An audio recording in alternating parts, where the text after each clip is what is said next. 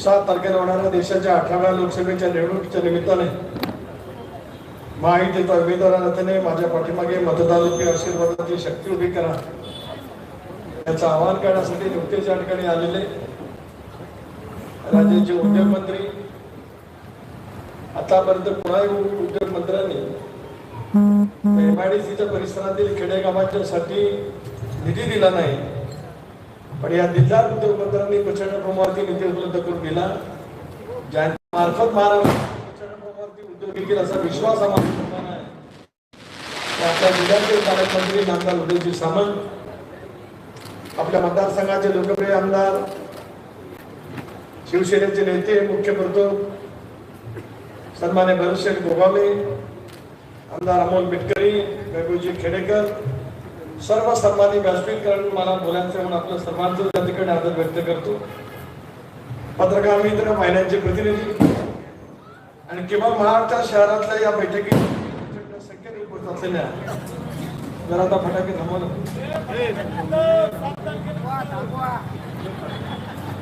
माझ्या बंधू भगिनी आणि सहकारी मित्रांनो,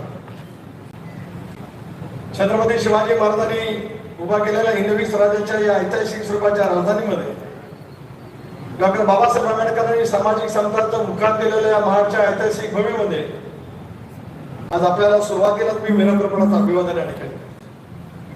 देशाच्या 18व्या लोकसभेला तुम्ही आम्ही सगळेजण सामोरं जातो. देश 1947 साली स्वतंत्र झाला. खंडग्रास असलेल्या देशामध्ये अनेक धर्मीय नागरिक राहतात. न मोजता येणारे इतके समाज या ठिकाणी आहेत, न मोजता येणारे इतक्या बोलीभाषा या देशामध्ये आहेत. खंडग्रास असलेल्या देशाची एकात्मता, अखंडता, सार्वभौमत्व टिकवायचा असेल तर देश एका विशिष्ट माध्यमातून चालला गेला पाहिजे अशी भूमिका त्या कालावधीमध्ये सरकारने असल्याचं वाटतं. जबाबदारी डॉक्टर बाबासाहेब आंबेडकरांच्या नेतृत्वाखालच्या समितीकडे आपल्याला सोपवण्यात आली. जगाच्या विविध राष्ट्रांचा अभ्यास डॉक्टर बाबासाहेब आंबेडकरांच्या कालावधीमध्ये केला. त्यांच्या लक्षामध्ये आलं की जे राष्ट्र प्रगत आहेत, जगाच्या पाठीवरती विकसित म्हणून जातात, उद्याच्या प्रत्येक राष्ट्रामध्ये सामान्य माणसाला मतदानाचा अधिकार नाही तर सिनेट करून निवडलेल्या सिनेटरना अधिकार, फुटबॉल लोकांना देशाचं नेतृत्व करण्याचा अधिकार त्या ठिकाणी दिला. खंडाप्रांत असलेला तुमचा माझा देश श्रीमंत असेल तर या देशामध्ये जगामध्ये श्रीमंत असलेल्या गौतम अदानीच्या मतांचं मूल्य जे आहे, मुकेश अंबानीच्या मतांचं मूल्य जे आहे, तेच महाडच्या शहरामध्ये काकरतळ्यावरती राहणाऱ्या माझ्या महाडच्या नागरिकांचं आहे. ही समानता या देशामध्ये डॉक्टर बाबासाहेब आंबेडकरांनी ठेवली म्हणूनच लोकशाही व्यवस्था त्या ठिकाणी जिवंत राहील. अनेक वेळा या देशातली सरकार या देशातल्या सर्वसामान्य माणसांनी बदलली.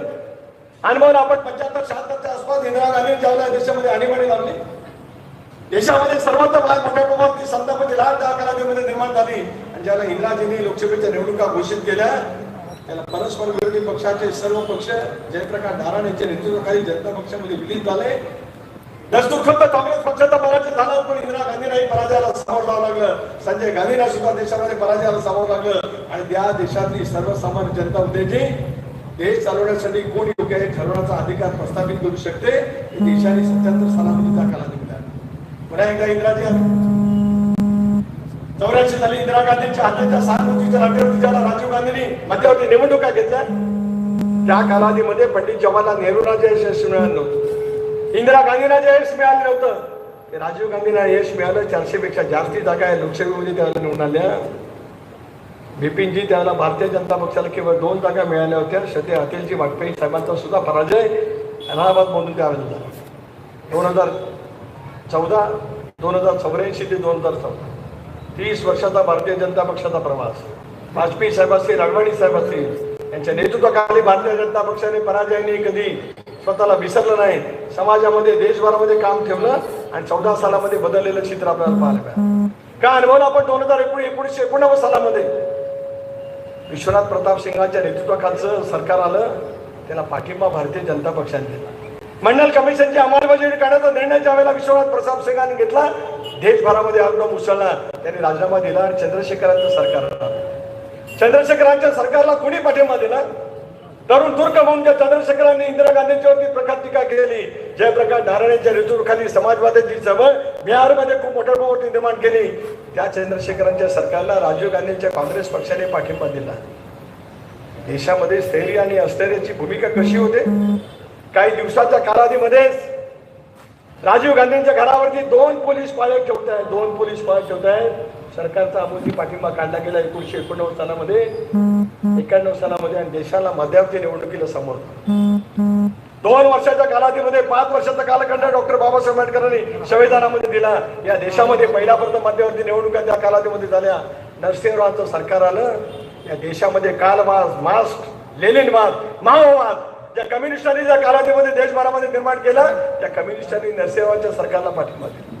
96, 98, 99 3 वर्षामध्ये 3 लोकसभेच्या निवडणुकीला देशाला समोर झाला. देश खंडप्राय असलेला देश, 1 लोकसभेच्या निवडणुकीला 10, 20, 50 हजार खर्च त्याकडे होतो. तुमच्या आणि माझ्या देशालाही परवडणार. राष्ट्रीय लोकशाही आघाडीची म्हणजे इंडियाची स्थापना अडवाणींनी वाजपेयी साहेबांच्या कालावधीमध्ये केली. 99 सालामध्ये त्यांचं सरकार त्या ठिकाणी. 2004 सालामध्ये युपीएचं सरकार, 2009 सालामध्ये युपीएचं सरकार, 14 सालामध्ये ज्यावेळेला मी लोकसभेचा उमेदवार उभा राहिलो त्याला देशामध्ये असं वातावरण होतं की पुन्हा युपीएचं सरकार. भारतीय जनता पक्षाने अतिशय विचारपूर्वक गोव्याच्या त्यांच्या राष्ट्रीय कार्यकारिणीमध्ये नरेंद्र मोदींची मुख्यमंत्री पदाची कारकीर्द गुजरातमध्ये लक्षामध्ये घेतली आणि पंतप्रधान पदाचे उमेदवार त्यांनी जाहीर केले आणि या देशातलं वातावरण सपाट्याने बदललं आहे. गांधी नेहरू परिवाराखेरीज एका व्यक्तीच्या नावाने देशाभरामध्ये कधी मतदान मागितलं नाही. पहिला प्रथम नरेंद्र मोदींच्या नावाने मतदान मागितलं आणि देशातल्या जनतेने त्यांच्या बाजूने स्पष्टपणाचा कौल दिला. बरेचसे 2100 मतांनी पराभूत झाले. उदयजी माझ्यासाठी गुजरात दापोली गुहागरच्या परिसरामध्ये तुम्ही इथे काम करतो ना, तिथे सगळं 2 माझ्या नावाने 2-3 तत्काळ शोधले. 14,000 खाल्ले माझ्या नावाचे. 2100 मतांनी मी पराजय. 2019 सालामध्ये मी उभा राहिलो. त्याला जरूर इतर मित्र पक्षाने माझ्या सांगण्याचा मतितार्थ हाच होता की या देशामध्ये आघाडीच्या राजकारणाची अपरिवर्त आपण दीर्घकाळ एक गोष्ट दीर्घकाळपणे अटकन सांगितलं पाहिजे की मोदी साहेबांना 2014 सालामध्ये ज्याला बहुमत मिळालं त्याला भारतीय जनता पक्षाला स्पष्टपणाचं बहुमत मिळालं होतं. इंडियाला सुद्धा मिळालं. त्यांनी भारतीय जनता पक्षापुरता सीमित सरकार. 2019 सालामध्ये तर 300 पेक्षा जास्त जागा भारतीय जनता पक्षाने कमळ चिन्हावरती जागा जिंकल्या. आपल्या मित्र पक्षाला त्यांनी सोबत ठेवलं आणि इंडिया बाधित झाली. या उलट आज आपण पाहतो 2024 सालच्या या लोकसभेच्या निवडणुकीला आपण सामोरं जात असताना वेगळी फेरफार काही राज्यामध्ये काँग्रेस पक्षाचं सरकार सातत्याने त्या ठिकाणी राहिलं. हिंदू हृदय सम्राट बाळासाहेब ठाकरे आणि करिश्मा या राज्यामध्ये इतक्या मोठ्या प्रमाणात गेला की 95 सालामध्ये ज्याला विधानसभेच्या निवडणुकीला आम्ही सगळे समोर गेलो होय त्यावेळेला 14 वर्गा मतदारसंघातून सुंदर टिकडी उभा होता. 85 ला पहिला उभा राहिला. आजपासून 40 वर्ष विधानसभेला उभा राहिलो. राजीव गांधी इथे आले होते, वसंतराव दादा होते, सुधाकरजी सावंत होते आणि आमच्या प्रचाराची सभा सकाळी 9:30 वाजता काका मिस्टर त्या कालावधीत झाली. 40 वर्ष काही आठवण मी अधिकारी सांगतोय की 95 सालामध्ये पासून सुद्धा महाराष्ट्रामध्ये आघाडीची सरकार. आघाडीच्या सरकारची अपरिवर्त आल्याच्या नंतर अनेक वेळेला देशाचं स्थैर्य देशाचा विचार आपल्याला करावा. होय नरेंद्र मोदी साहेबांनी गेल्या 10 वर्षामध्ये जगाच्या पाठीवरती विकसित राष्ट्रांमध्ये या देशाला नेलं. गौरवशाली भारताची शान जगाच्या पाठीवरती वाढवली.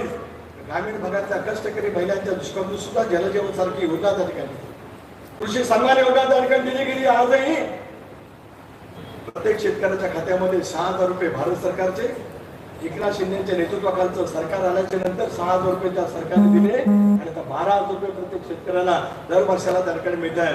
हा निर्णय या पूर्वीच्या कालावधीमध्ये कधी त्या ठिकाणी झाला नाही. लोकोमोठी कामं त्या ठिकाणी केली. आज बोललं जातं की नरेंद्र मोदींच्या नेतृत्वाखालचं तिसऱ्यांदा सरकार आल्यावर संविधान बदललं जाईल. माझा सवाल आहे काँग्रेसचा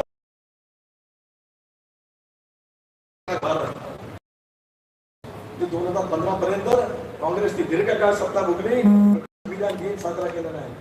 या देशाचा संविधान दिन साजरा करण्याचा निर्णय नरेंद्र मोदींच्या सरकारने घेतला आणि हा संविधान दिन त्या ठिकाणी साजरा आम्ही विचारत जातो. अमेरिकन जाहिरांच्या मनामध्ये शासकाचं वातावरण निर्माण करत जातं. माझ्या मुस्लिम भगिनी बरेचसे त्या ठिकाणी आल्या. त्यांचं अंतकरणापासून मी स्वागत त्या ठिकाणी करतोय. पण त्यांच्या मनामध्ये सुद्धा एक वेगळं वातावरण निर्माण करण्याचा जाणीवपूर्वक प्रयत्न.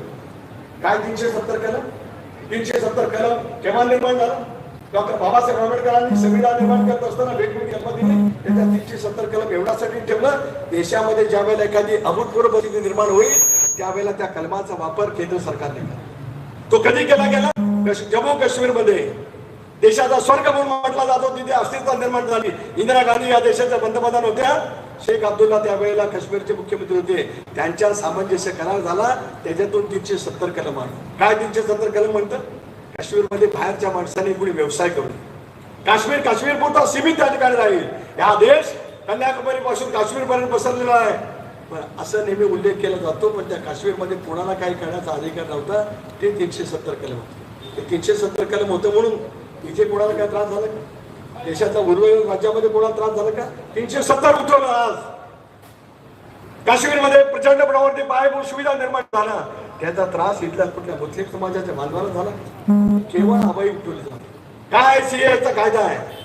1947 साली ज्यावेळेला देश धर्माच्या नावावरती ज्याला फाळणी झाली, त्याला फाळणी होत असताना या देशातील काही हिंदू, शीख, ख्रिश्चन, बौद्ध जैन समाज जे शेजारच्या राष्ट्रामध्ये गेले, पाकिस्तान, बांगलादेश, अफगाणिस्तान, त्यांना या मातृभूमीकडे परत यायचं असेल तर त्यांच्या वास्तव्याची अट वर्ष फक्त कमी केली. हा सीएचा कायदा आहे. मुस्लिम समाजाच्या बाबतीमध्ये, या देशाच्या राष्ट्रभक्ती मुस्लिमांच्या बाबतीमध्ये एकही जगभराची तरतूद नाही. माझं आव्हान आहे आनंदींना, उद्धवजींना किंवा अन्य नेत्यांना की त्यांनी सांगावं की सीएचा कायदा नेमका काय आहे. समाजामध्ये जाणीवपूर्वक अंतर निर्माण करण्याचा ही जातीयवादी मंडळी त्या ठिकाणी प्रयत्न करतायत. होय, हरशेठ गोगावले आमदार झाल्यापासून ही जे सामाजिक सलोखा उत्तमपणे नसला.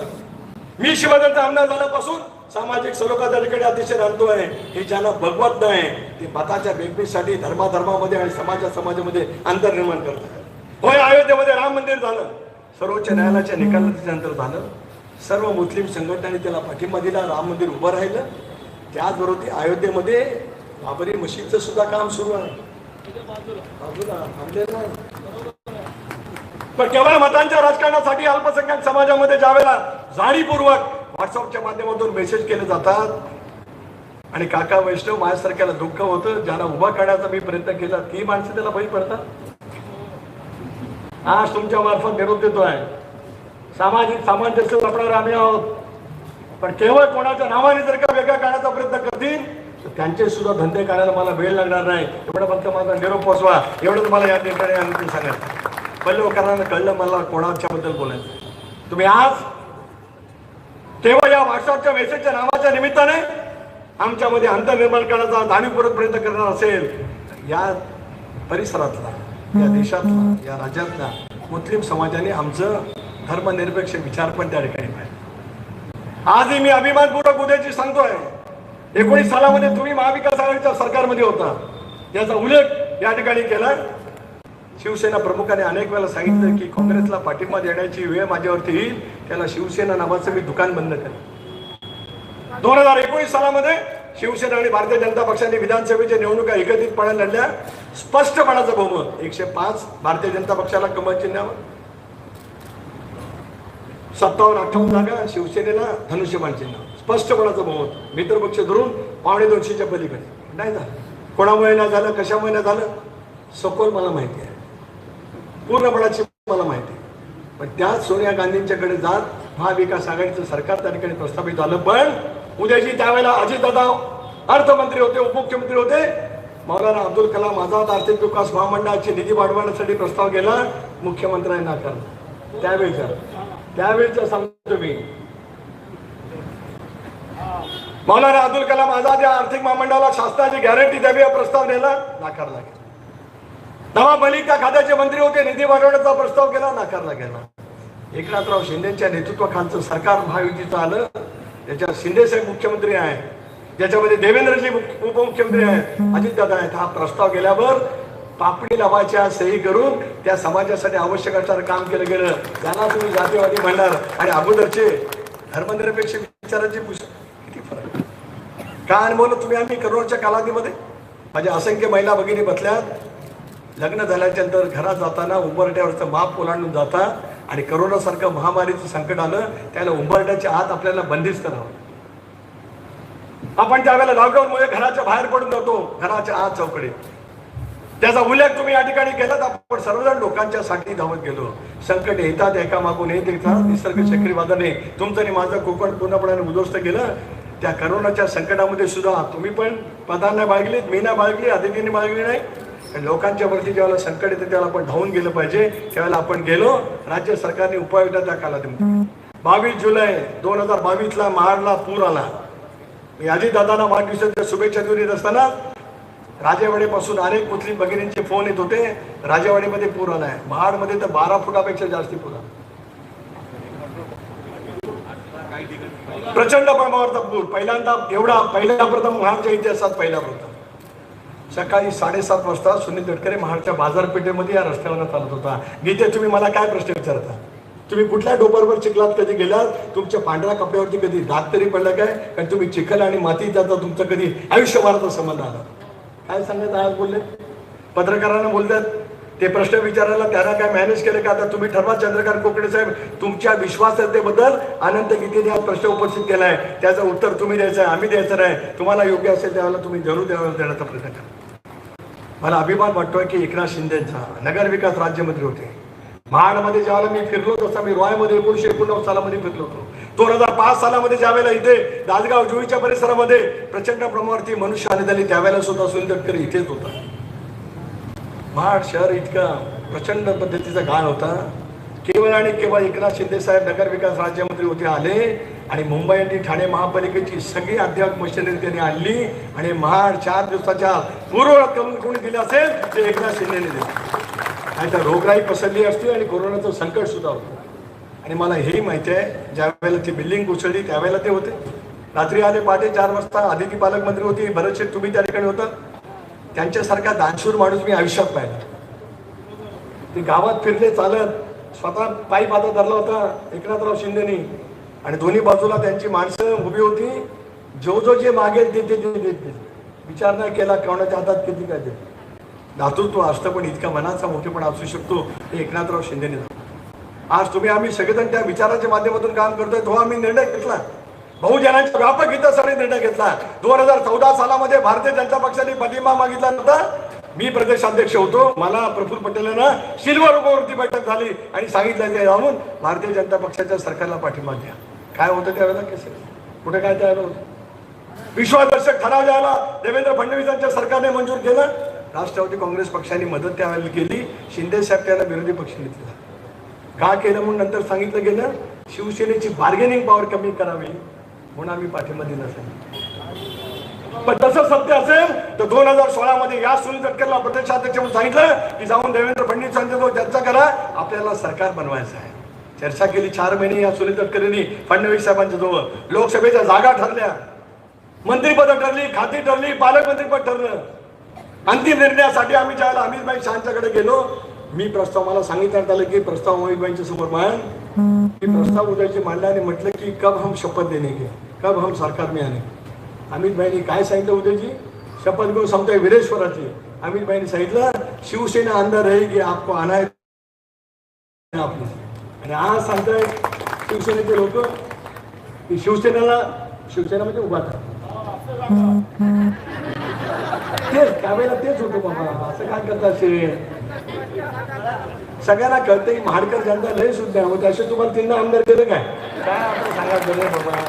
त्या मुद्द्यावरती येतो हे निवडून येण्याचे यांच्या कर्तृत्वावर आणि सगळं माप माझ्या पत्रात. बरं झाला काका वेस्टे तुम्ही या ठिकाणी आहात. मी शपथ घेऊन सांगतोय 2014, 2009, 2004 आज जर काय कोण मला प्रश्न विचारत असेल तर 2004 सालामध्ये सुद्धा विधानसभेवरती निवडून येण्यासाठी या सुनील तटकरेंनी जे पाहिजे ते केलं. नवला तुम्ही तुमच्या कर्माने पडलात. गेलेल्या व्यक्तीबद्दल मला काय बोलायचं नाही, पण तुम्ही जर काय बोट माझ्याकडे उंचवाल तर 4 बोट तुमच्याकडे सुद्धा येतात हे तुम्हाला विसरता कामा नये. मी अधिक काय बोलत नाही त्या विषयावरती, पण विकास तू फक्त माझ्याकडे कागद दे, त्याचं काय करायचं ते मी करेन एवढं सत्य या निमित्ताने सांगतो. कुणी सदाचाराने भ्रष्टाचाराच्या गोष्टी कराव्या, कुणी कराव्या, कुणी कोणाला काय सांगणार तर त्या निमित्ताने प्रयत्न करावा. याचा अर्थ असा नाही की मी सभ्यता बाळगतो, याचा अर्थ असा नाही. अलीकडे गीते साहेबांना काय झालं ते कळत. तुम्ही महाडवाल्यांनी त्यांना 8 वेळ कसं सहन केलं मला माहित नाही. कसं महाडकरांनी सहन केलं 8 वेळेला. शेत नंतर 9 पण अगोदर 96 पासून हा मतदारसंघ त्यावेळेला रत्नागिरी लोकसभा मतदारसंघ महाड त्याच्या ठिकाणी होता. 8 वेळेला मतदान केलं. 8 वेळेला मतदान केलं. पण अलीकडच्या कालावधीमध्ये तुम्ही काय भाषा वापरता? तुम्ही नशिबान आहात की वाजपेयी साहेबांच्या सरकारमध्ये तुम्ही 5 वर्ष मंत्री राहिलात. उदयजी, तुमच्याकडे उद्योग खातं आहे. उद्योग खातं काय करू शकते दाखवणारा पहिला उद्योग मंत्री उदय सामंतच्या रूपाने सुनील तटकरे सुद्धा अनुभवलेला आहे. तुमच्याकडे ऊर्जा खातं होतं 5 वर्ष. विजेचा एक खांब जर तुम्ही महाराष्ट्रात दिलात का? 2008 सालामध्ये ज्याला मी ऊर्जा मंत्री होतो, 18 तास भारनियमन महाराष्ट्रामध्ये होतं. 8 महिन्याच्या आत भारनियमन कमी करणारा हा सुनील तटकरे होता. आणि पायाभूत सुविधासाठी इतकं निर्माण केलं की आज विजेच्या बाबतीमध्ये तुटवडा या राज्यामध्ये नाही. तुमच्याकडे तुम्ही नशिबान राहिला. मोदी साहेबांच्या सरकारमध्ये अवघड खात्याचे मंत्री राहिला. एखादा तरी उद्योग आणा, एखादा नगभराचा तरी. विलासरावने नेला रेल्वेची बोगी बनवणार कारखाना. प्रफुल्ल पटेल साहेबांनी गोंदियाच्या परिसरामध्ये नेला. 8-10 महिन्याचा कालखंड असताना तुम्हाला दीर्घकाळ त्या ठिकाणी काम करायला. पण अलीकडे उदयजी ते भाषा वापरतात बकासू, ते भाषा वापरतात टकबकटो, ते भाषा वापरतात बाटली, ते भाषा वापरतात बूस, ते बाटलीत भूत. अशी भाषा 8 वेळेला संसदेची निवडणूक लढवणारी माणसं बोलू शकतात. आणि विकासाचा रोडमॅप द्या. होय सुनील तटकरे, विकासाचा रोडमॅप आहे. 5 वर्ष प्रामाणिकपणाने संसदेच्या माध्यमातून विरोधी पक्षाच्या बाकावर सेवा त्या ठिकाणी केली. पळसपाते इंदापूर युपीएच्या सरकारने ज्यावेळेला मंजूर केलं त्यावेळेला पहिला टप्पा होता, तो पण बीओडीच्या तत्वावर बँकरप्ट झाला. नितीन गडकरी सांगा दिल्लीला नेता त्या ठिकाणी मिळाला. 700 कोटी रुपये सुनील तटकरेच्या मुळे मिळाले. आणि आज स्वर्गीय अण्णासाहेब सावंतांच्या नंतर भरत शेठ सर्वाधिक निधी या महाराष्ट्रामध्ये पुणे या महाडमध्ये पुणे आणला असेल तर या दिलदार आणि दमदार आमदारांनी आणला. त्याचाही उल्लेख आणि मी करू शकतो. महाड बदले, अजून बदले. ज्या शहराला इतिहास आहे, उद्याचा भूगोल आहे, त्या शहराचं चेहरा मोहरा बदलवण्याचं काम तुम्ही करता. उद्याची मी पण प्रदेशाध्यक्ष आहे. तुम्ही उद्योगमंत्री आहात, मुख्यमंत्र्यांच्या जवळ आहात, मला माहिती आहे. पण या भोळा शंकराने पहिल्या दिवशीच मुख्यमंत्र्यांनी शपथ घेतली त्यावेळेला ह्यांचं नाव होतं. पण कोणतरी रडलं आणि थांबवलं. पण मला माहिती आहे, कारण मी प्रदेशाध्यक्ष आहे, कधी शपथविधी होणार आहे. आचारसंहिता संपली देशामध्ये. इंडियाचं सरकारी मोदी साहेब तिसऱ्यांदा होती. त्याला महाराष्ट्राच्या मंत्रिमंडळाचा विस्तार होईल. त्याला पहिल्यांदा शपथ भरत गोगलची होईल असं मला ठामपणाने त्या ठिकाणी माहिती. तुम्ही आता बोलून दाखवा, तो टॉवेल पण नका दाखवू. त्या टॉवेलची आड काय ते सगळ्यांना माहिती आहे. सबको मालूम हो गया इसमें क्या है. तो आता दाखवण्याची गरज नाही. ती आता 3-3.5 हजार कोटी रुपयाचा निधी आणत तुम्ही या ठिकाणी दाखवलेला आहे. महाडकरांना विनंती आहे, खरंच आपत्तीच्या कालावधीमध्ये आम्ही आलेलो असू तर आम्हाला 7 तारखेला आपल्या या महाडकरांची सेवा करण्याची संधी द्या. आपल्यापैकी अनेक जण पहिल्यांदाच घड्याळाच्या चिन्हावरती मतदान या ठिकाणी करणार आहे. ते तुम्ही करा. त्याचा पुरेपूर मी पुन्हा एकदा शब्द देतोय, वीरेश्वराच्या साक्षीने तिन्ही वेळेला पुरेपूर परतावा 2024च्या ऑक्टोबरच्या विधानसभेच्या निवडणुकीमध्ये अर्धा लाखाच्या फरकाने भरत शेठला निवडून आणण्याचं काम तटकरे करेल असा शब्द सुद्धा देतोय. बेमने आमच्या रक्तात नाही. ज्यांच्या असेल त्यांनी त्या ठिकाणी सांगण्याचा प्रयत्न करावा. मी 14ला काम केलंय, 19ला काम केलंय आणि त्याच्यानंतर 2009 आणि 4ला सुद्धा काम केलंय. मला बोलण्याचा प्रयत्न करा तर तितकंच उत्तर देण्यासाठी मी या ठिकाणी सज्ज आहे. वेळेअभावी 9 वाजून 18 मिनिटं झाले. माननीय मुख्यमंत्री महोदय 4 तारखेला येणार आहेत उद्याची. एक तर ते रोड शो तरी करतील, अख्खं महाड उतरावं. महाड आज दिसतंय एकनाथराव शिंदेच्या मुळे दिसतंय. असा 25 वर्ष काम करणारा कार्यकर्ता या ठिकाणी जबाबदारी सांगताय. स्तुती म्हणून नव्हे, सत्य आहे ते सत्य कोणाला त्या ठिकाणी नाकारता येऊ शकणार नाही. कदाचित ते मानवाला पण येते. आपल्या सर्वांच्याच पाठीमागे इथं 9-58 आहे माणूस. काळजी करू नको. गीतेनं माझ्या विरुद्ध काय करण्याची संधी मी आयुष्यात देणार नाही, अजिबात काळजी करू नको. आणि यावेळेचा विजय काही लाखांच्या फरकाने, त्यांना किती बोलू द्या. आणि मला आनंद वाटतो की माझ्या उमेदवारी घोषित झाल्याच्या नंतर पालकमंत्री महोदय तुम्हाला सांगतोय, माझ्या प्रचाराची सुरुवात या मतदारसंघामध्ये पहिली कोणी केली तर सुभेदार नरवीर तानाजी मालुसरे यांच्या भूमीत भरत शेट्टी सुरुवात करून माझ्या प्रचाराचा शुभारंभ केला. बस संध्याकाळची वेळ झाली, बरोबर बोलताय. हा बोलू हेच खरं आहे देशातलं महत्व. आणि पुन्हा एकदा आपल्या सर्वांना नम्रतेची विनंती करतो की 7 तारखेला पुन्हा एकदा या ऐतिहासिक स्वरूपाच्या निवडणुकीमध्ये शिंदे साहेबांच्या, फडणवीस साहेबांच्या, दादांच्या नेतृत्वाखाली लढणाऱ्या निवडणुकीमध्ये घड्याळाच्या चिन्हावरती बटन दाबत महाडकरांची, रायगडकरांची सेवा करण्याची संधी द्या एवढी हात जोडून विनंती करतो. थांबतो. जय हिंद, जय महाराष्ट्र.